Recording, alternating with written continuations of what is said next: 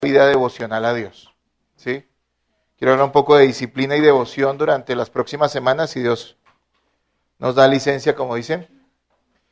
Y vamos a dedicar tanto el discipulado como también el culto a este tema, que es muy importante, porque el conocimiento de Dios como simplemente conocimiento racional es frío. Pero es que conocer a Dios, escúchenme en esto, no implica solamente el hecho de saber la doctrina correcta. Escuchen esto. Conocer a Dios no implica solo el saber la doctrina correcta, sino conocer a Dios implica tener una relación con Dios personal en base a esa doctrina correcta. ¿Sí me hago entender? Si usted no tiene vida de oración, ¿cómo se está manifestando su relación con Dios? O sea, sí, tú vienes a la iglesia, escuchas, estás de acuerdo con todo lo que se enseña, pero ¿cómo eso ha afectado tu vida y te ha llevado a ser una persona que adore a Dios cada día? Que esté asombrada con lo grandiosa que es Dios y te lleve cada día a decir gracias cada vez que te levantas, gracias por la vida, Dios, porque yo no merezco vivir, porque no es un derecho la vida. Y sin embargo tú, Dios soberano, que podrías hacer así, simplemente desearlo y quitarme la vida, me la das cada día. Que podrías simplemente permitir que yo padeciera cualquier cosa, cualquier catástrofe, cualquier calamidad, y sin embargo no lo has hecho. Y si aún estoy enfermo, no has permitido que esté más enfermo aún. ¿Cómo esa doctrina es una doctrina devocional, de relación con Dios? Que es lo que yo hace tiempo estaba inquieto y quiero que la iglesia lo viva. Si no, seremos una iglesia de grandes cerebros y de corazones pequeños. ¿Sí me voy a entender? Grandes cerebros con mucho conocimiento doctrinal, pero con un corazón chiquitico sin pasión por Dios. Hermanos, es que conocer a Cristo y conocer a Dios es algo que lo asombra a uno. Y ese asombro tiene que manifestarse en una vida personal, una relación personal con Dios. Si venimos de unas ideas muy equivocadas acerca de una relación mística con Dios rara, ¿sí? Escuché a Dios en la ducha, ¿sí? Dios me habló, no sé cómo, raro, ¿sí? Les hablan todo lo menos en la Biblia, donde Dios verdaderamente habla. Si venimos de eso, bueno, ok, salgamos eso de nuestra cabeza, pero la relación tiene que ser real, tiene que ser práctica, tiene que ser viva. Y yo sé que muchos de ustedes ahorita, cuando empecemos a hablar esto durante las próximas semanas, van a ser muy confrontados. Y algunos se van a dar cuenta de que su vida devocional y su vida de relación con Dios es nula. Yo no estoy diciendo que no tengan la gracia de Dios en sus vidas. No estoy diciendo eso, pero es nula. Y entonces uno escucha a muchos hermanos diciéndole, no, yo soy un fracaso, ¿yo qué puedo hacer? Yo no soy salvo. Hermano, si Dios te está alertando, no es para que te pongas a lamentar, por favor, sino para que te arrepientas y actúes. ¿Qué tengo que hacer para tener un devocional? Pues empezarlo a hacer, hermano. Ya, arrepiéntete por no haberlo hecho, de verdad, de corazón, arrepiéntete. De verdad, arrepiéntete. Pero ya, vamos para adelante. Vamos a tener una relación personal en base a lo que hemos conocido.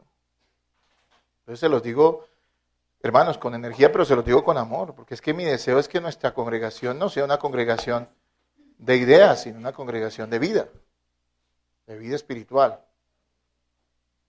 Y bueno, parte de esa vida espiritual y esa vida devocional, que inicialmente es personal, ¿no? O sea, cada quien tiene una relación personal con Dios en base a su fe en Jesucristo. Recuerde que aparte de Jesucristo no hay ningún tipo de relación con Dios. La gente puede decir que cree en Dios. Yo constantemente estoy corriendo a mis hijos porque ellos están aprendiendo. Cuando hablamos y estamos estudiando o algo así, ellos hablan de creer en Dios. Hay que creer en Dios. Yo les digo, cuando hablamos de la salvación, yo les digo, no es creer en Dios, creer en Jesús.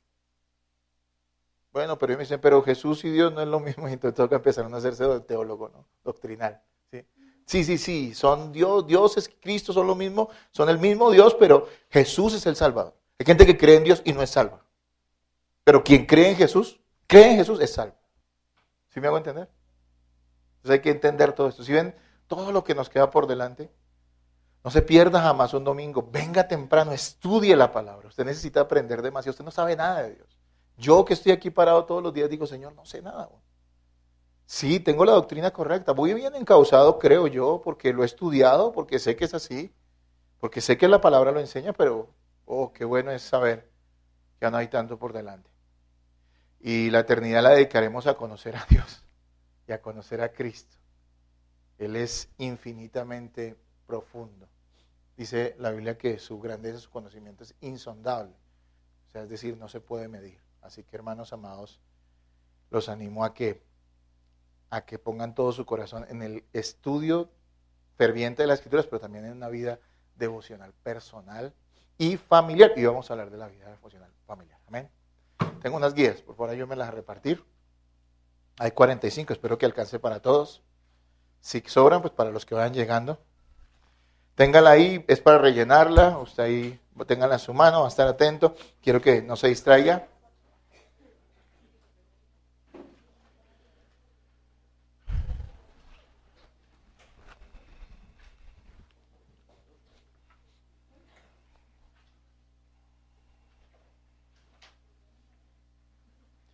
Recíbala y traiga siempre esfero, ¿no? Biblia.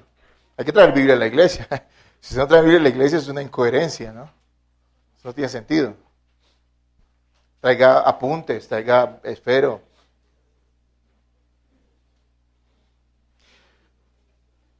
Mira, aunque yo ciertamente no me opongo a la tecnología, yo sí les digo, hermano, es muy importante que usted traiga su Biblia impresa, en papel. O sea, dejemos el celular otro día. Yo no necesariamente estoy condenando a quien la trae y no.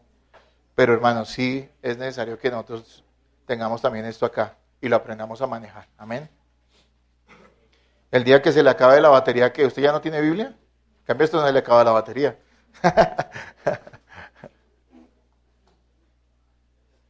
Amén. Listo, hermano, ¿lo tienen todos? Vamos a aprovechar el tiempo porque es que esto pasa muy rápido, hermanos. Creo que se acabaron todas. Hay nuevos testamentos. Bien, hermanos, vamos a hablar de la adoración en el hogar. La adoración en el hogar. Para algunos este concepto será un poco raro porque asumimos que la adoración es una cuestión de iglesia. ¿Sí? Y dentro de nuestro concepto que traíamos antes como creyentes, pensábamos que la adoración tiene que ver con cantar, básicamente. Entonces la adoración es ritmos suaves, cosas muy sentidas y emocionales que son adoración a Dios, digámoslo así, cantos. Pues sí, los cantos expresan adoración a Dios, pero no son la adoración a Dios plena. De hecho, los cantos son solo la expresión de una adoración que debe haber en el corazón. Una sumisión. Adoración es sumisión, básicamente, a Dios, ¿no? Es estar sometido a Él en amor. La palabra para adoración en el Nuevo Testamento, la mayoría que se usa es proscuneo, que quiere decir reverencia, postración, incluso quiere decir beso, ¿sí? O sea, reverencia, ¿sí? Esa es la actitud. Nadie puede decir que vive una vida desordenada y es un adorador de Dios. Y recuerde que Jesús dijo que lo que Dios buscaba era adoradores, ¿no? No adoración. Así que usted puede derramar, como decía el Señor en el Antiguo Testamento, ríos de sangre de sacrificios no los saciaban. La gente puede derramar ríos de música, ríos de emocionalismo, y si eso no significa que una persona verdaderamente está sujeta a Cristo por la fe, eso no significa nada. Pero vamos a ver cómo es la vida de oración en la casa, ¿sí? Porque es que la adoración es una actitud constante del cristiano, en la iglesia, claro, pero en la casa ante todo. Y mire lo que dice el primer recuadro. ¿Tienen el primer recuadro allí? Todos tienen su guía, ¿no? Dice, porque el creyente no se pertenece a sí mismo, sino que fue comprado por un precio.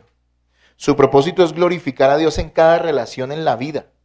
No importa qué posición ocupe o en qué lugar se encuentre, ha de servir como testigo de Cristo. Además de la iglesia de Dios, su propio hogar debe ser la esfera en que manifieste la máxima devoción hacia Él. Voy a volver a leer. Además de la iglesia de Dios, su propio hogar debe ser la esfera en que manifieste la máxima devoción hacia Él. Vuelvo y lo repito. Además de la iglesia de Dios, su propio hogar debe ser la esfera en que manifieste la máxima devoción hacia Él. Todos los elementos deben llevar el sello de su llamamiento celestial. Todas las cosas deben estar ordenadas de tal manera que cualquiera que entre sienta, Dios está aquí. Y esto lo dijo Pink, A.W. Pink, el autor de, entre otros libros, los atributos de Dios. Hermanos, la verdadera vida espiritual se vive en el hogar. Uy, hermanos, qué triste es que la mentalidad evangélica de hoy en día casi que piensa que la espiritualidad, o hipócritamente lleva la espiritualidad solo a donde a la iglesia. Y en la iglesia todo el mundo parece santo. Alguien decía, un predicador, estoy de acuerdo con él, decía, si tú quieres conseguir hombres santos, ve a la casa de ellos. Y mira, y pregúntale a sus esposas, pregúntale a sus hijos si son hombres santos. No le preguntes a la iglesia, porque en la iglesia todo el mundo cierra los ojos y parece muy bonito. Hermanos, es en la casa donde sabemos si hay mujeres de Dios y si hay hombres de Dios y si hay gente convertida.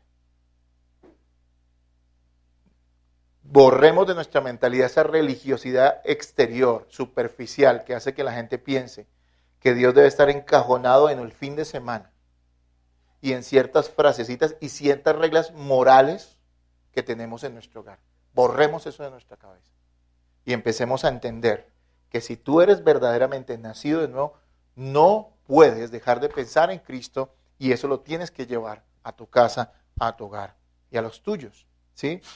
Y vamos a ver varios puntos porque el tiempo avanza. Ahí están en su guía. El primer punto es ¿qué es la adoración en el hogar? El segundo, los cristianos de todas las épocas. Vamos a ver eso. Los cristianos de todas las épocas han practicado una devoción personal y familiar. Y lo último que veremos en el punto 3 de esta enseñanza es 4 razones para restaurar la adoración en familia. ¿Qué es la adoración en el hogar?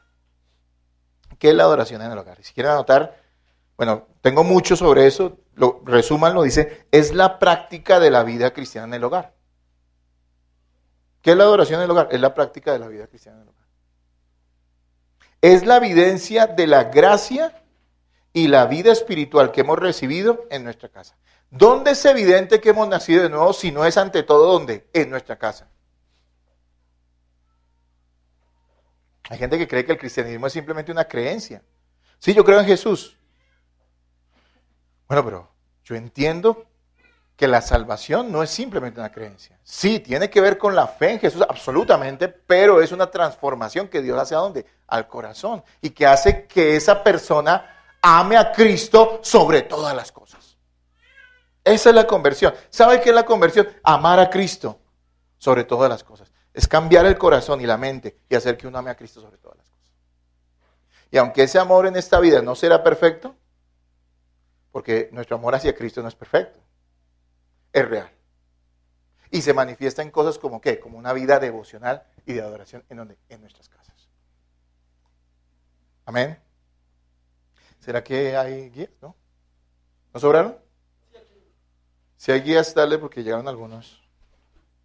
Hermanos, no sé, llegaron tarde y se quedaron sin guía. Lleguen temprano, les ruego. Sí, ese es mi consejo. ¿Listo? Sigan, por favor, los de afuera, hermanos. No se queden afuera, que aquí está la enseñanza. No afuera. Acomódense acá, hermano. Mira, aquí hay silla. Qué pena que no tenemos guías. Si se quieren se acercan a un hermano que tenga guía. Hermanos que tienen guía, compartan, no sean así. No sean envidiosos. Si hay esposos, pues de pronto los esposos pueden compartir una guía y le puedan regalar una a algún hermano. Sí. Gracias. ¿Qué es la adoración en el hogar? Es la práctica de la vida cristiana en el hogar. Es que queremos ver cristianos en las casas, queremos ver cristianos en los trabajos. ¿Sí o no? Miren una sociedad como la norteamericana. Comenzó muy bien, durante siglos fueron excelentes espiritualmente. Hoy es una sociedad cristianizada, pero podrida, donde la gente, y no juzgo a todos, obviamente sé que hay mucha gente salva, pero donde la gente es evangélica de cuna, pero están perdidos en sus delitos y pecados. ¿Saben? Sublime gracia, y lo ponen, de hecho, si usted ve muchas películas tienen de fondo sublime gracia, porque es parte de su cultura, pero ellos están perdidos. Y eso es lo que nos está pasando en Colombia. Estamos llegando a mucha gente, y mucha gente se está haciendo hecha evangélica, pero no son nacidos de nuevo, se van a ir al infierno. Porque es un cristianismo superficial, es un cristianismo de iglesia, de cantos, de desmayos, de blanquear los ojos. de frases de cajón, de aleluyas, de Dios está conmigo, del futbolista que dice, oré y pisé la cancha y por eso ganamos, y el día que pierden pues no dicen nada. Todo eso no es cristianismo, todo eso es raro, eso es extraño a la palabra de Dios. Eso no es fe. Y necesitamos en los hogares de las iglesias bíblicas, de los creyentes verdaderos, necesitamos, sea usted un matrimonio, sea usted una madre soltera, sea una esposa que tiene un cónyuge inconverso, sea un joven cristiano que sus padres no son creyentes, usted tiene el poder y la gracia para llevar el evangelio a su casa y ser luz a ellos. Entonces en la práctica, es la práctica de la vida cristiana del hogar, es la evidencia de la gracia y la vida espiritual que hemos recibido en nuestra casa. Es que tiene que haber evidencia. ¿Dónde? En nuestra casa. Alguna vez uno de pronto va a predicar a algún lugar y le dicen, pastor, usted predica muy lindo, lo que usted dice es muy bonito, pero es que yo no puedo creer en lo que usted dice porque sí, mamá es el diablo. Y va a la iglesia. Necesitamos eso en nuestras casas. Es la aplicación del conocimiento bíblico que poseemos en beneficio de los que conviven con nosotros. Hermanos, hay tanta gente deseosa hoy en muchos lugares de pasar detrás de un púlpito disque a predicar. Supuestamente disque ir a las naciones. Cuando es que el llamado fundamental es que hacer luz, ¿dónde? En nuestros hogares y a los nuestros. Claro, Dios se proveerá de ministros y se proveerá de misioneros. Y aquel que tenga ese llamado, bendito sea Dios, que así sea. Pero primero está ¿dónde? El llamado. ¿Y dónde se cumple el llamado? En nuestra casa. En nuestra casa. Nosotros somos maestros de los nuestros. Enseñamos la palabra a los nuestros. Así que eso es muy importante. Otro es la determinación que existe. Es la determinación que existe entre los miembros del hogar de unirse para glorificar a Dios con sus vidas. Es la determinación que existe entre los miembros del hogar de unirse para glorificar a Dios con sus vidas. Hay un acuerdo, bien sea entre los dos esposos que son creyentes, así sus hijos no lo sean, pero tiene un acuerdo para que su hogar glorifique a Dios.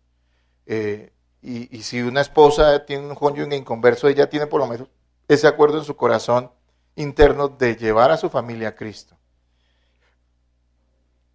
Dice, la adoración en el hogar implica el tiempo devocional que apartamos diariamente para adorar a Dios orando en familia, agradeciendo las bendiciones que hemos recibido, reconociendo la grandeza del Señor y haciendo un estudio bíblico juntos. O sea que en la práctica esa vida de adoración que se nota o se ve en el cambio de vida que cada quien ha tenido y en la adoración que brinda a Dios a través de su obediencia y de su fidelidad a Él, en la práctica se manifiesta también en una vida devocional, es decir, apartar tiempo para tener juntos estudios bíblicos, oración y adoración y gratitud a Dios. Y eso debe ser en la vida de todos los hogares cristianos. El devocional familiar debe ser establecido en cada hogar cristiano. Este es un tiempo cuando el esposo y la esposa, padres e hijos, se juntan para leer, estudiar y meditar la Biblia, así como para orar juntos.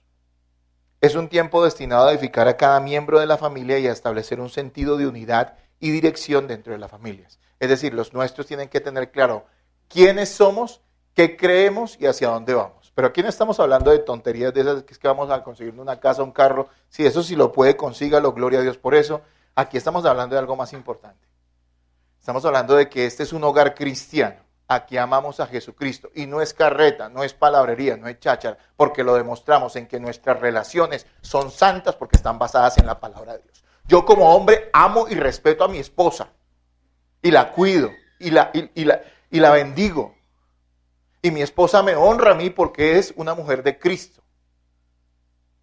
Y mis hijos, aunque sé que no podemos hacerlos unos hipócritas porque esa no es la idea, ellos deben saber, incluso sin ser creyentes, cuál es la conducta que se sigue en nuestra casa porque nuestros padres son hijos de Dios.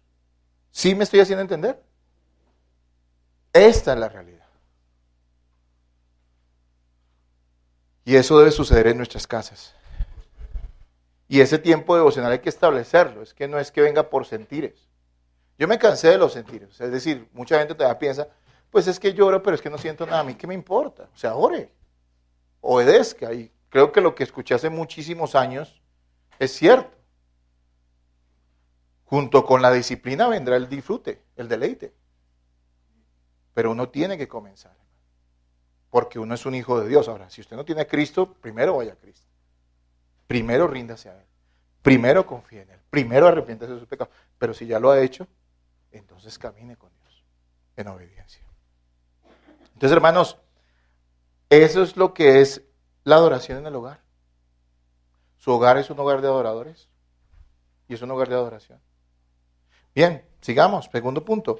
Ahí está en su guía. Los cristianos de todas las épocas han practicado una devoción personal y familiar. O sea, hay una claridad, hay una evidencia, hay algo que nosotros tenemos que entender. ¿Por qué nos interesa lo que la iglesia histórica hizo? Porque, hermanos, sabemos que si somos verdaderos cristianos, no nos inventamos nada nuevo. Ya tuvo que haber cristianos fieles que en el pasado hicieron lo que nosotros estamos haciendo, que creen lo que nosotros creemos. Si algo que nosotros creemos no lo creyó ningún verdadero cristiano en el pasado, estamos en problemas. Lo más seguro es que no sea cierto. Tenemos nosotros una equivocación. Pero si nuestra doctrina es correcta, sabemos que la iglesia del Señor histórica la creyó. No hablo de la iglesia que se dice ser cristiana, sino la iglesia verdaderamente cristiana. Y hay evidencias con muchos hombres. Digamos, los cristianos debemos tomar como punto de referencia, aunque no absolutamente, porque nuestra gran maestra y nuestra luz es la palabra de Dios y no la doctrina de ciertos hombres. Pero tenemos que reconocer que en ciertos periodos de la historia de la iglesia hubo personas que tuvieron un avivamiento, una fidelidad especial a Dios, que los llevó a ser de cierta manera ejemplo para nosotros. Y hay una época que se llamó la época de los puritanos. ¿Sí han escuchado a los puritanos? A veces hablamos de los puritanos y nos entusiasmamos mucho con los puritanos. Yo me entusiasmo mucho con ellos, pero a veces pienso, ¿será que los hermanos saben que los puritanos pensarán que eso se trata de gente limpia, muy pura o qué? Mira, hermanos, los puritanos eran un movimiento, unas comunidades de cristianos que en el siglo XVI, XVII se unieron, sobre todo en Inglaterra y después en Estados Unidos, en Norteamérica, y ellos formaban comunidades de creyentes que buscaban fielmente vivir la interpretación correcta de la Biblia. Interpretaban la Biblia correctamente y querían vivirlo no solo en la iglesia, sino en sus comunidades, en sus familias. De hecho, los fundadores de la nación norteamericana, lo que llaman los padres fundadores, los peregrinos iniciales allá, que llegaron en un buque, en un barco, no habían buques en esa época, ellos eran puritanos, que huían de Inglaterra porque allá los perseguían por ser fieles a Dios y llegaron a esa nueva nación. Por eso tuvo un buen comienzo, aunque ahorita nada que ver. Pero, hermanos, esas personas y hombres como Thomas Watson, hay varios de estos hombres que fueron puritanos, el del progreso del peregrino, Juan Bunyan, bueno, hay varios.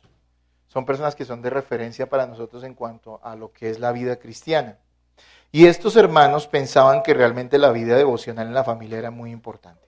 Los cristianos serios de todas las épocas han considerado siempre el hogar como el lugar donde más fuertemente una persona puede ser influenciada con la verdad y la enseñanza de la fe de Cristo. La gente piensa que el lugar de mayor influencia para que una persona crea y conozca el Evangelio es la iglesia. Y la iglesia tiene su lugar. Claro que sí. Pero el lugar donde más se influencia a una persona a creer es ¿quién? ¿En dónde? En su casa. Créanlo. Algunos piensan que la escuela dominical es el lugar donde los niños deben aprender la palabra de Dios. Y yo quiero decirles algo, la escuela dominical es una bendición. Pero la escuela dominical no es necesaria en las iglesias. O sea, no es una institución bíblica, como si lo es, digamos, los ancianos o los diáconos. Eso sí debe haber una iglesia. Como deben haber ciertas cosas, ciertas partes del culto que la Biblia dice. La predicación, por favor, eso tiene que ser. Una iglesia sin predicación no es una iglesia. Pero la escuela dominical fue fundada muchos siglos después por un hombre bien intencionado. Se los leo. Dice, la escuela dominical se ideó para niños abandonados física o espiritualmente por sus padres. O sea, la escuela dominical se enfocó en que un hombre creyente, un hombre de Dios, en el siglo XVIII en Inglaterra, vio que vean tantos niños abandonados en Londres, en Inglaterra, que no tenían padres y vagaban por las calles. Y otros que sí tenían padres, pero sus padres no les enseñaban la palabra porque eran impíos los papás de ellos. Que él dijo, vamos a tomar a estos niños y los domingos, junto con la enseñanza bíblica, les vamos a enseñar a leer y a escribir. Y así nació la escuela dominical. Pero mire que eso es nuevo. Apenas en el siglo XVIII, hace 2, 3 siglos, ¿sí? Dice, Robert Raikes, se llamaba así este hombre, Robert Raikes, en el siglo XVIII en Inglaterra, estableció la primera escuela dominical para enseñar a leer, escribir y la Biblia a niños pobres, asumiendo que los hijos de los creyentes tenían formación bíblica y espiritual. ¿Dónde? En sus hogares. O sea, nunca se pensó que la escuela dominical fuera el reemplazo de la enseñanza de los padres a los hijos. Yo creo que si este señor Robert Raikes viera eso hoy, lloraría. No. Él dijo, esto es para los niños que sus papás no son creyentes y que están abandonados muchos de ellos. Pero si su niño no es abandonado y usted es creyente, ¿qué hace su niño basando su conocimiento en lo que le enseñan en la escuela dominical? Lo que se le enseña en la escuela dominical es muy bueno. Pero avergüéncese si su hijo lo que más sabe de Dios lo aprendió en la escuela dominical y no de usted. ¿Sí me escuché? ¿Quiénes deben enseñar la palabra a sus hijos? Los padres. Los puritanos, comunidades de cristianos ingleses y norteamericanos, bueno, en el siglo XVI y XVII que existieron, pensaban lo siguiente. Dice lo siguiente: consideraban los devocionales personales como la raíz de la adoración familiar y pública. Su manual para la adoración familiar comienza, de hecho, recomendando la adoración secreta como lo más necesario. Cada individuo debe dedicarse a la oración y la meditación como medio especial de comunión con Dios. Pastores y padres, afirmaba, deberían exhortar a todo tipo de personas a realizar este deber por la mañana y por la noche. Los elementos principales de los devocionales personales son la meditación en la palabra y la oración a Dios. La meditación alimenta el alma con la palabra para el servicio diario a Dios. O sea que estos hombres que vivieron una vida cristiana, y no solamente los puritanos, sino la gente creyente seria de todas las épocas, han considerado que la devocional familiar, que la adoración familiar y que instrucción en el hogar de parte de los padres hacia los hijos, de los esposos hacia las esposas e incluso de las esposas también retroalimentando a sus esposos con la palabra, es la base para que conozcamos a Cristo y al Evangelio. Miren el segundo recuadro que está ahí. Permitidme, por lo tanto, una vez más que repita y enfatice apasionadamente el consejo que he recomendado encarecidamente con frecuencia a los cabezas de familia que instruyan, adviertan y dirijan a sus hijos con gran esfuerzo, criándolos en disciplina y amonestación del Señor. Comenzando desde muy pronto, mientras aún haya ¿qué? Oportunidad, y manteniendo una constante diligencia en tareas de este tipo. Jonathan Edwards, que ustedes saben que fue un gran ministro de Dios y que fue hecho puritano también. Hermanos, hay que instruir a nuestros hijos, escuche esto, hay que instruir a nuestros hijos en todo tiempo, pero hay que instruir a nuestros hijos cuando aún hay tiempo. Va a llegar el momento en que ellos ya no nos van a escuchar. Va a llegar el momento en que se van a estar tan adultos o tan perdidos en sus pecados que ya no van a querer saber nada de lo que nosotros les enseñamos. Hay que cogerlos cuando pequeños. Usted dice, pero es que mi hijo no entiende. No crea eso. Su hijo entiende que es un celular y sabe más de aplicaciones que usted y sabe que eso no importa. Su hijo puede aprender acerca de la palabra y su hijo debe aprender, debe esforzarse. ¿Yo saben qué hago? Y no me quiero poner como ejemplo porque también estoy aprendiendo de esto. He entendido porque yo durante tiempo he enseñado y bueno, a mis hijos y lo hacía de una manera muy parecida como lo hago en la iglesia, pero también empecé de corazón a decir, yo quiero que mis hijos entiendan. Entonces he pensado en cosas y le he pedido a Dios luz. Digamos, una de las últimas cosas que estoy haciendo hace tiempo es guías y con preguntas que desarrollen el texto que estamos viendo. Nosotros estamos en el Evangelio de Juan, ¿sí? Y estamos viendo el Evangelio de Juan y estamos allí desglosándolo y mirando y que ellos mismos analicen. Y no es fácil a veces con los niños. Pero es que mi interés, mire, es que aquí hay un problema, ¿sabes? A mí me da tanta tristeza, hermanos. Cuando le pregunto a los hermanos acerca de su vida devocional, todos como que tratan de quedar bien. Y uno se da cuenta que no hay nada ahí. Sí, a ver, nosotros tratamos, pero es que es difícil, no hay tiempo, que no sé qué, hermano, por favor. Tu hijo estuviera en un incendio y tú dirías que no tienes tiempo para sacarlo de allá. Hermano amado, y eso lo voy a decir ahorita en la predicación, es que si tu hijo no es salvo, tu hijo se va a ir al infierno. Tú no lo puedes salvar, pero tú puedes hacer todo para que él sea salvado.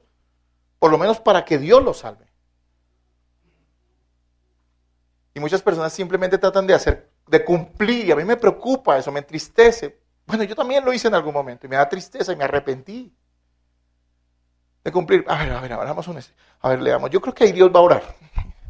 No les explicas, no le metes el corazón. Y yo entendí, saben, hace un tiempo, que yo tengo que ser más entregado incluso a la enseñanza que le da a mis hijos que la que le doy a la iglesia. Y suena duro eso.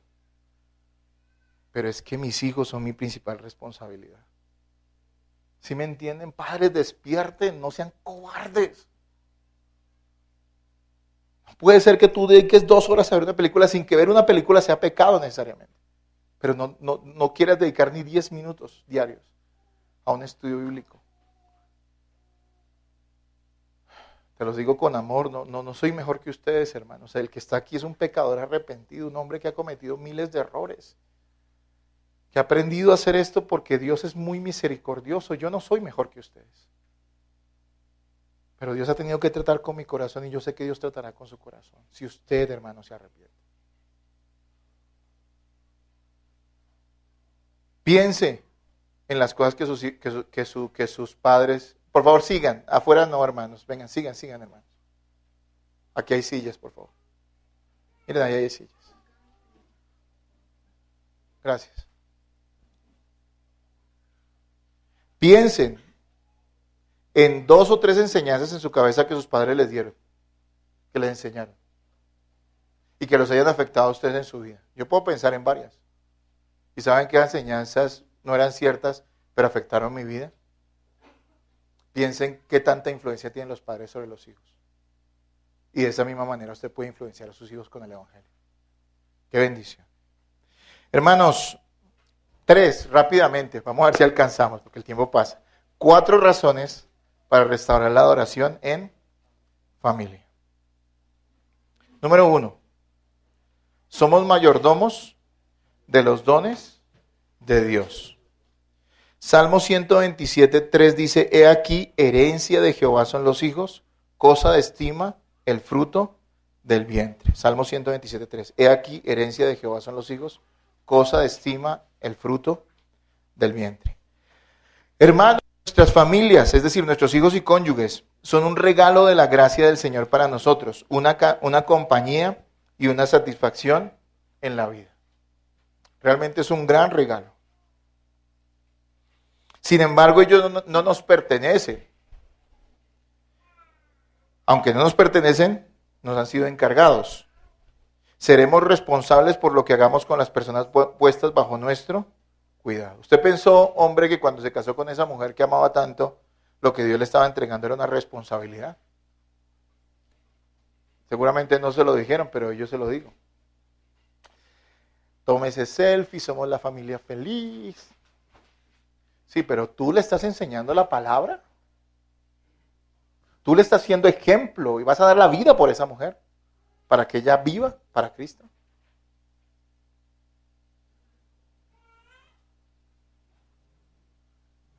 Es que mi esposa, es que tú, amigo. Tú le has enseñado, has orado, te has despertado a orar por ella. O las mujeres también. Es que mi esposo, pero tú has derretido tu corazón en oración para que ese hombre sea un hijo de Dios y viva para Él. Y estás dando el ejemplo y lo amas tanto y lo atiendes tan bien que Él se abruma y dice, esta mujer tiene a Cristo, yo no puedo seguir siendo un impío. Hermanos, sí, son un regalo, pero son una responsabilidad. Nuestros hijos son una gran responsabilidad. Que nuestro corazón se quebrante por amor frente a nuestros niños, pero también que también se quebrante por saber que aunque ellos están allí y sabemos que son bendecidos, porque los hijos de los creyentes son bendecidos, claro que sí, pero no significa que por ser hijos de creyentes sean salvos. Son bendecidos, dice la palabra, lo dice, pero no significa que sean salvos. Ay, hermano, Dios todo lo usa, ¿no? Estos días que estuve allí hospitalizado veía y decía, pensaba en niños enfermos, y yo decía, Dios, ¿cómo debe ser de duro eso?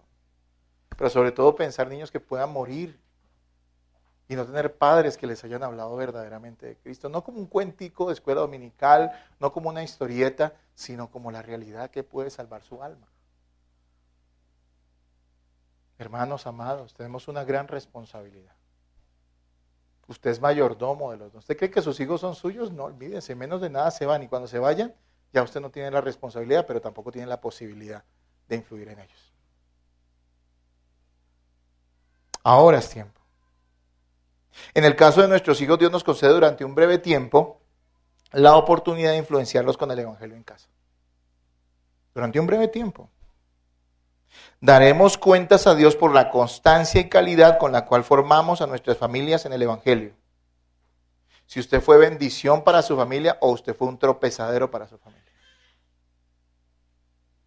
He conocido jóvenes cristianos en mi vida creyente, que sinceramente veo la gracia de Dios tan grande en ellos, porque yo digo, los papás no tienen ninguna excusa. Han sido papás tan descuidados, tan sin interés por la vida espiritual de sus hijos, que yo digo, es que fue Dios solamente, porque sus papás no hicieron nada para que ellos sean creyentes. Y también he visto todo lo contrario, padres devotos, consagrados a Dios con hijos que son bien impíos. Hermanos, nosotros tenemos la oportunidad de, con diligencia y esfuerzo, bendecir a los nuestros. No para formar religiosos superficiales, sino de propiciar todo para que Dios los salve, porque la salvación es de Dios. Pero nosotros debemos propiciar todo ¿para qué? Para que Dios los salve. Gálatas 4:19 decía, hijitos míos, por quienes vuelvo a sufrir dolores de parto, hasta que Cristo sea formado en vosotros. Claro, Pablo está hablando de los Gálatas, no está hablando de sus hijos literales, pero es que el sentir debe ser el mismo de un padre. Él decía, mire, sufro dolores de parto hasta que Cristo sea ¿qué? Formado en ustedes. Usted es de los que dice, uy, ya viene la película, ¿sabe qué? Vengan a ver, ahora en esa vaina. A ver, Mateo 18:24, a ver, léanla. Bueno, Señor, bendícenos, uy, Padre, gracias, hasta luego, venga. ¿Usted está preocupado más por otras cosas? ¿O está cansado? ¿Saben que la vida cristiana es gratuita? O sea, la salvación es gratis, pero no es fácil. Nunca prometió Jesús que es fácil. De hecho, describió la vida cristiana como tomar su cruz. ¿La cruz y qué? ¿Dónde está la cruz nuestra? Si nosotros ahorita salimos a almorzar pollito y a ver películas esta tarde y a descansar porque estoy nada más trajinado. ¿Dónde está nuestra cruz? Yo me pregunto eso a mí. Yo sé que de pronto a veces ha habido padecimientos en mi vida, pero digo, Señor, me preocupa, yo no es que esté buscando males, pero yo tal vez necesito consagrarme más porque no estoy viendo esa cruz, no es muy clara en mi vida. Hermanos, somos mayordomos de los dones que Dios nos ha dado, y los dones que Dios nos ha dado no son una casa, un carro, una beca, son nuestros hijos, nuestra esposa, nuestro esposo, y bueno, y el resto de familia que nos rodea, pero básicamente es. Cada uno de los miembros de la familia, nos quedan unos minutos, segundo punto de ahí del tercero, segundo subpunto del tercero, cada uno de los miembros de tu familia ha sido puestos en tu hogar por designio, ¿qué? Soberano, ¿te has dado cuenta de eso? Tu esposa, aunque yo no sé por qué te escogió, yo pienso lo mismo de mí, no sé por qué mi esposa me escogió, yo siempre digo que fue una obra de misericordia, pero hermanos, aunque parezca que las cosas se dieron de una u otra manera, realmente fue la soberanía de Dios la que nos puso en el camino. No es azar. Eso quiere decir que desde antes de la fundación del mundo Dios sabía que yo tenía que complementar a esa mujer. Pero vuelvo y digo, es que no hay nada que Dios haga fuera de la gloria de Cristo. ¿Sí?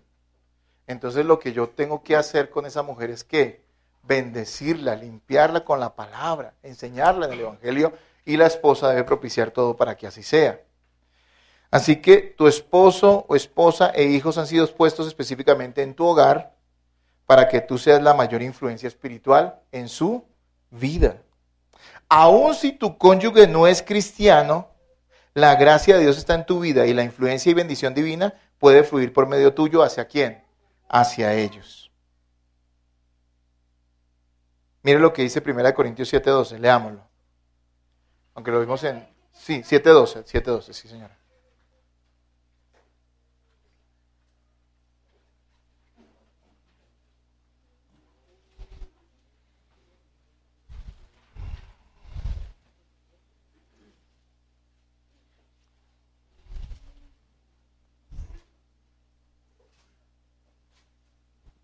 ¿Listo? A ver, vamos a leerlo del 12 al 16. Yo se los voy a dejar a ustedes para que me ayuden y yo descanse la voz. ¿Listo? 1 Corintios 7, 12 al 16. ¿Lo tienen todos? Listo. Léanlo, por favor, ahora.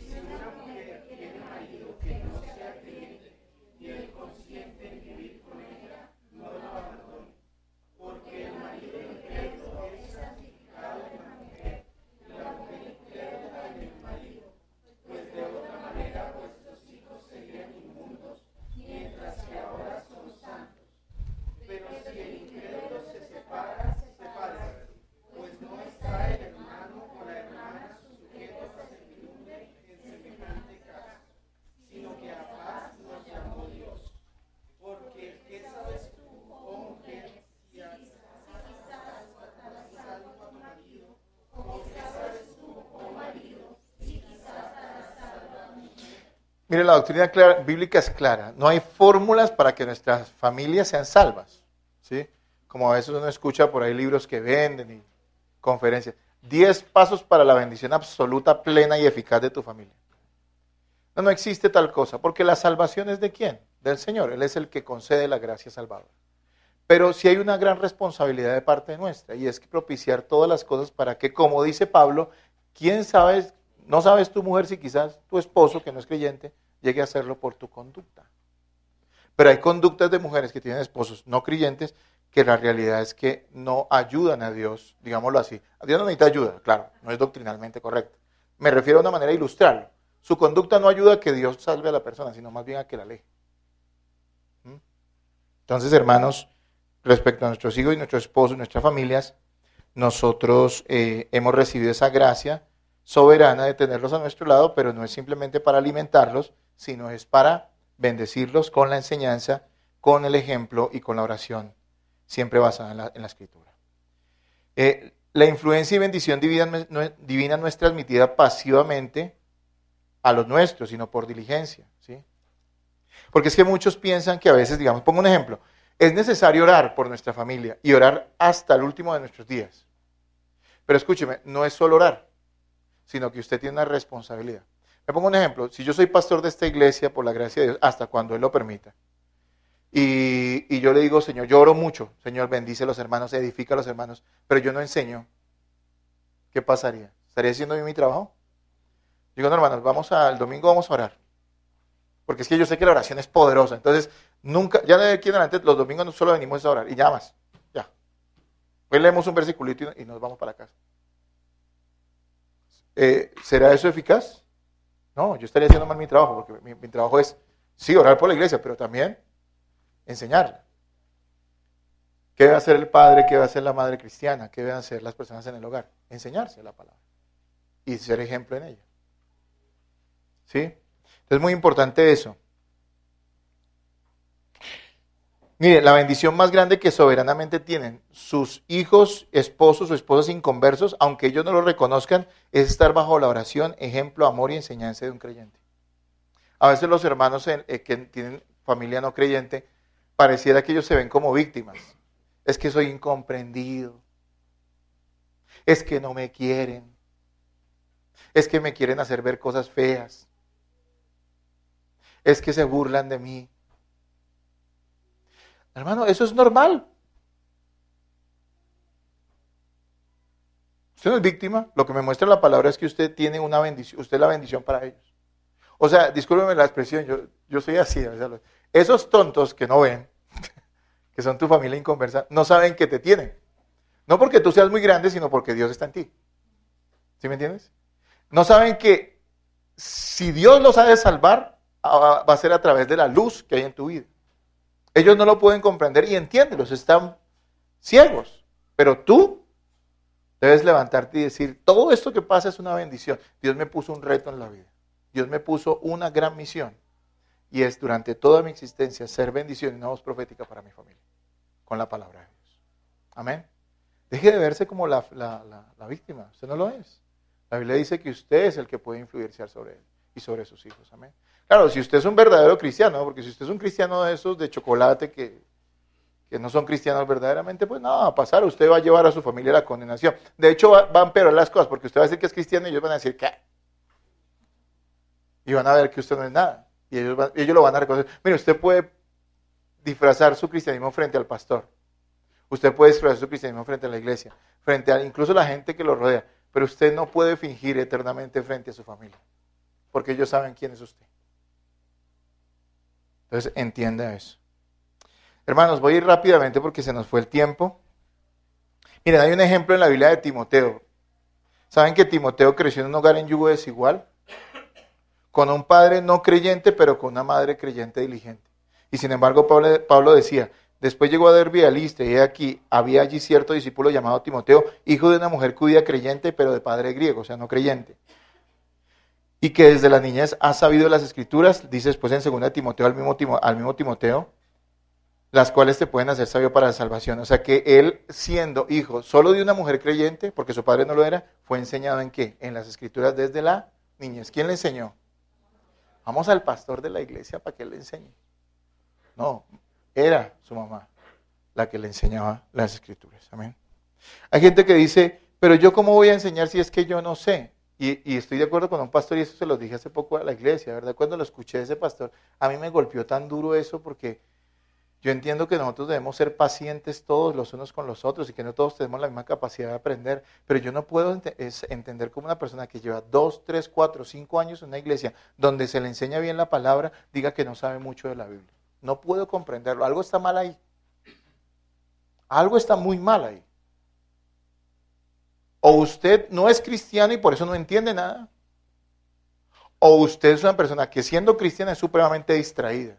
No toma notas, no. Mire, durante un tiempo hicimos el devocional en mi casa basado en lo que se enseñaba el domingo. Si usted dice no sé mucho, pues tome notas. Lo que se le explica el domingo, enséñeselo durante la semana nuevamente a su familia. Pero usted puede hacerlo. No diga que no puede. Si usted es una mamá, también puede hacerlo. Si usted dice, bueno, pídanos ayuda, le podemos recomendar material, libros buenos que le pueden ayudar a entender y hacer un devocional. No que haga devocionales en base a libros, no, que haga devocionales en base a la palabra. Pero hay gente, maestros de la Biblia, que han escrito libros que nos ayudan a entender ciertas cosas. Hermano, en vez de gastarse la plata en una cosa, invierta en un buen libro que le ayude a usted a comprender ¿qué? La palabra en algunos aspectos. Entonces, se puede, hermano. Rápidamente terminamos los 2 puntos porque se me fue el tiempo. 3, la adoración en familia nos prepara para la adoración junto con la iglesia. Mire, señal de alerta espiritual debe haber cuando nuestra vida devocional se limita a la reunión de la iglesia y es nula en la casa. ¿Sí? Creyente debe tener tanto una vida devocional personal y familiar como en la comunidad de la iglesia, y estas se complementan. Mal si usted solamente tiene devoción en la iglesia cada semana, porque su familia solo ve eso. Pero también mal si usted solo tiene devoción personal, pero no va a la iglesia, porque hay gente que ha renunciado al amor a los hermanos, que es una señal básica de una verdadera conversión a Cristo, por el hecho de decir que su vida espiritual la vive personalmente. No, eso no existe. La vida devocional personal y la vida devocional familiar y la vida devocional en la iglesia se complementan todas. Mire lo que dice ese recuadro allí. Debemos procurar, el tercer recuadro, debemos procurar en todo momento introducir pensamientos acerca de Dios, hablar de su gloria y alabarle. Y si esas cosas están consistentemente en nuestros hogares, existe una mayor posibilidad de que nuestra familia se dirija a la casa de Dios durante el día del Señor, con buena disposición para ofrecer una adoración ferviente a Dios en espíritu y en verdad. Estas familias habrán practicado la adoración a Dios durante la semana como un estilo de vida y por lo tanto la adoración en la iglesia fluirá de forma natural. Amén. Bien. Número 4. El deterioro espiritual de nuestra cultura y sociedad. Estamos hablando de 4 razones por las cuales restaurar la adoración en familia. La primera era ¿cuál? Que somos mayordomos de los dones de Dios. O sea, tú vas a responder por tu esposa y tus hijos. Y si no quieres responder, igual vas a responder. No, pero si yo a esa mujer la dejé hace rato, pues igual era tu esposa, Dios, vas a responder a Dios por ella, amigo. ¿Sí me entiendes? Si no hubo una razón válida para que tú te divorciaras de ella, y tú sabes que eso es muy escaso en la Biblia, vas a responder. No, pero mis hijos, eso es que me entienden, son cerrados. Por eso yo ya no les hablo. Vas a responder por ellos, amigo. Mientras estén bajo tu techo, vas a responder por su conducta y por la enseñanza que les des. Créeme, después de que se vayan ya no. ¿Sí me hago entender, hermano? ¿Estás de acuerdo con que esto es bíblico o me lo estoy inventando yo? O más bien echémonos y veamos televisión, que eso Dios hará algo. Si Dios va a hacer algo, lo hará, dicen algunos. Malinterpretando la soberanía de Dios. Cada uno de los miembros de la familia han sido puestos, o sea, Dios nos dio esa bendición, pues aprovechémoslas. Y la adoración en familia nos prepara para la adoración junto con la iglesia. La cuarta, el deterioro espiritual de nuestra cultura y sociedad. ¿Cómo contrarrestar la influencia poderosa que tiene una cultura cada vez más malvada sobre los nuestros? ¿Con vida qué? Devocional. Uno prende la televisión, está con sus hijos y uno ve unas cosas que uno dice, uy, ¿cómo puede ser esto? ¿Sí o no? Uno dice, imagínese lo que ahora dijo el gobierno, imagínese lo que ahora se inventaron, imagínese la música que sale, imagínese esa niña sale casi desnuda ahí bailando. Y uno dice todo eso. Y uno le dice a sus hijos que está mal, ¿no es cierto? Y sus hijos dicen, uy, sí, eso no le agrada a Dios. Cuando están chiquitos dicen, eso no le agrada a Dios. ¿Usted cree que esa es la enseñanza? Eso es moralismo. Está bien, pero eso no es suficiente. Eso no nos va a salvar. Eso nos hará moralistas. Un moralista es alguien que peca, pero se porta mejor. pero igual es un pecador. Es alguien que no fornica de frente, pero tiene la mente llena de suciedad. Eso es un moralista. No, ¿cómo vas a contrarrestar eso? Con vida devocional en tu casa. Con enseñanza bíblica consistente a los tuyos, con oración juntos. Es que vas a lograr contrarrestar eso en tu casa. Tú le vas a enseñar, ¿sabes por qué no es bueno que una mujer exhiba su cuerpo de esa manera? Vamos a verlo, porque tú vas a hacer un estudio sistemático, vas a llegar a un punto donde la Biblia enseñe algo sobre eso, ¿no? Sobre la dignidad y el honor y el respeto que debe tener la mujer por su propio cuerpo. Se lo vas a demostrar bíblicamente. Y si ese joven ha de entenderlo, lo va a entender en base a la palabra, si no, no lo entenderá de ninguna manera. Porque la palabra es la que es viva y es eficaz y es la que cambia corazones. Y el Espíritu Santo actúa a través de la enseñanza correcta de la palabra de Dios. Entonces, si me entiendes cómo vas a lograrlo, usted quiere decir, uy, no. Eso hacen las mismas señoras beatas por allá, católicas. Ven las cosas en la televisión y dicen, uy, no. O los evangélicos de religiosos, uy, Dios reprenda al diablo. Pero eso es moralismo. Yo no estoy diciendo que digas que eso está bien, claro que está mal. Y yo se los digo a mis hijos. Y cuando vemos, a mí me toca con el control ahí porque uno va en la televisión y realmente casi gracias, no ve mucha televisión, pero uno ¿qué? Va cambiando. Va cambiando. Pero eso no es suficiente, hay que enseñarles, amén. Mire, estamos en una sociedad que cada vez va a ser más pervertida. A veces pensamos que a través de la política vamos a cambiar las cosas. Yo les digo una cosa, si hay un político que aunque no sea cristiano, tenga valores cristianos, por lo menos algunos, pues es más consecuente que uno vote por él o no. Eso cada quien lo sabrá. Pero igual eso no va a cambiar las cosas de fondo. ¿Sí me hago entender? Eso no va a cambiar las cosas de fondo. No pensemos que es que en base a que algún día suba un super ungido de Dios a la presidencia, esto va a cambiar. Porque eso no va a pasar. ¿Sí me entienden? Porque es que el problema, aunque un hombre de Dios verdaderamente fuera a llegar a ser presidente, que yo dudo mucho que eso pase en un país como Colombia, aunque bueno, no sé, Dios es soberano. Es que el problema no es el presidente, es que el problema es el país. Porque si hace la gente piensa que el presidente debe solucionar todo. Pero es que ¿quién gobierna el presidente? ¿A quién gobierna? A una mano de pecadores y de corruptos, ¿sí o no? Entonces, a veces la esperanza de la gente lo pone en eso. No, ¿sabes dónde vas a lograr influenciar a tus hijos? En tu casa. Con la enseñanza bíblica y con oración. Con la adoración que le enseñes a tener a ellos. Amén. Veamos el último recuadro para terminar, hermanos. Porque este mandamiento sobre todo se enfoca en los hombres. Si las mujeres no tienen un esposo creyente, pueden y deben tomar el liderazgo en este aspecto. ¿Para qué? Para llevar a su esposo a Cristo y después cuando él esté en Cristo ya dejarlo que él guíe a su familia espiritualmente. Nunca usurpe el lugar de su esposo, por favor. Si usted es una mujer sola, que no tiene un esposo, pues también debe asumir ese liderazgo espiritual en su casa. Pero si una mujer está casada con un creyente, ¿qué debe hacer la mujer? Animar a su esposo a que tome ¿qué? El liderazgo. Y el esposo debe, ¿sabe qué? Hermano, estudie. Algo me han dicho los diáconos y ha sido difícil, pero me han dicho mucho, reunamos los hombres, porque necesitamos a los hombres enseñarles a ser hombres. Ahora, también yo necesito aprender a ser hombre, porque yo apenas estoy aprendiendo, pero bíblicamente, digo yo, no. Pero decimos, reunamos porque es que a veces los hombres están llenos de excusas en las iglesias. No, nosotros tenemos que asumir. Y mire lo que dice el último recuadro. Pablo le dice a los hombres de la iglesia, 1 Corintios 16:13, primero se lo leo. 1 Corintios 16:13. Velad, estad firmes, portaos varonilmente y esforzados. Mire lo que les dice, portaos varonilmente. No se lo está diciendo a las mujeres. No hay que ser un exegeta para saber eso, ¿no es cierto? ¿Se lo está diciendo a quién? A los hombres, portados varonilmente. Entonces, en esa base, el recuadro dice lo siguiente.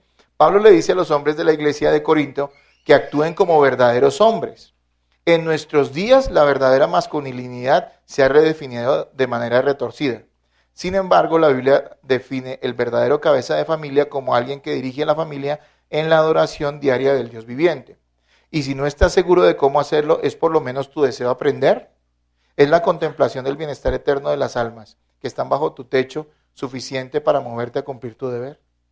Hermanos, es nuestro deber, porque estamos en medio de una sociedad pervertida. Mire lo que pasó con Lot. Con esto finalizo y vamos a tomar tinto y regresamos ahorita. ¿Listo? ¿Ok? ¿De acuerdo? Si no están de acuerdo, igual termino. Hermanos, ¿se acuerdan de Lot? ¿Se acuerdan que él era el sobrino de Abraham? ¿Se acuerdan que a este Lot se le ocurrió una genial idea y fue meterse a Sodoma? Pero miren que hay algo interesante. La Biblia dice que Lot era un hombre justo. O sea, que era salvo. Lot seguramente estaba en Sodoma y cometió un gran error al ir allá. Pero él no estaba contento con eso. Dios lo rescató de Sodoma y lo rescató con su familia. Pero noten algo muy importante, escúcheme. Si en algo falló Lot, fue, a pesar de que fuera un hombre salvo, en influenciar a su familia para que ellos fueran también salvados. ¿Qué pasó con la esposa de Lot? Miró atrás y se convirtió en sacerdote. ¿Por qué? Porque miró atrás, porque eso simbolizaba que su corazón estaba todavía ¿dónde? En Sodoma. Ella no fue salva. Y las hijas de Lot, mujeres perdidas, porque ustedes saben lo que hicieron después, ¿no? Las hijas de Lot prácticamente violaron a su papá. Es algo aterrador. La Biblia menciona esas cosas, algo que uno ni siquiera se imagina, pero prácticamente fue eso lo que pasó. Estas mujeres estaban, ¿dónde? Por la gracia de Dios. Por Lot, Dios sacó a las hijas de Lot. Pero las hijas de Lot eran unas perdidas. Lot falló en influenciar a su familia. ¿Usted fallará en eso? Yo me preocupo todos los días por no fallar en eso. Yo no puedo salvar a mis hijos, pero tengo que dar sangre, sudor y lágrimas para hacer todo lo posible para que mis hijos sean salvados. Y te corresponde a ti y a todos los varones. Amén.